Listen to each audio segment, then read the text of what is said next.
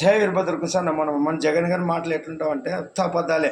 మంచి సౌమ్యులు, రామకృష్ణారెడ్డి సౌమ్యులు, మంచి సున్నిత హృదయుడు, ఆర్థిక మాత్రం అంతంత మాత్రమే. ఇంకా నందిగాం సురేష్ కూడా వీళ్ళందరూ అమరావతిని కానీ అన్నీ ఆయన చెప్పినవని చేసే జోగి రమేష్ కానీ, ఈ అంబటి రాంబాబు గారు కానీ, కొడాలి నాని కానీ, వంశీ కానీ, వీళ్ళందరినీ రోజమ్మ గారు కానీ అందరూ ఉపయోగించుకొని ఎట్లా వాడేసినా మనం చూసినాం.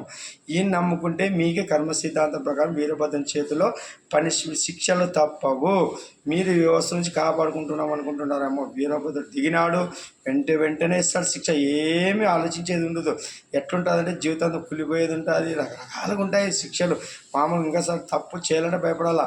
వస్తున్నాడు మా నాయన వీరభద్ర వచ్చి దిశానిర్దేశంతో భారతదేశాన్ని ఎట్లా పాలించి ఇటువంటి రాక్షసులు మనిషి రూపంలో రాక్షసులు నాయన. ఎందుకంటే మన ఆంధ్రప్రదేశ్ శాంతిగా ఉన్నీరు, డెవలప్ చేయనీరు, చేసేవాళ్ళని చేయరు, వాళ్ళు చేయలేదు.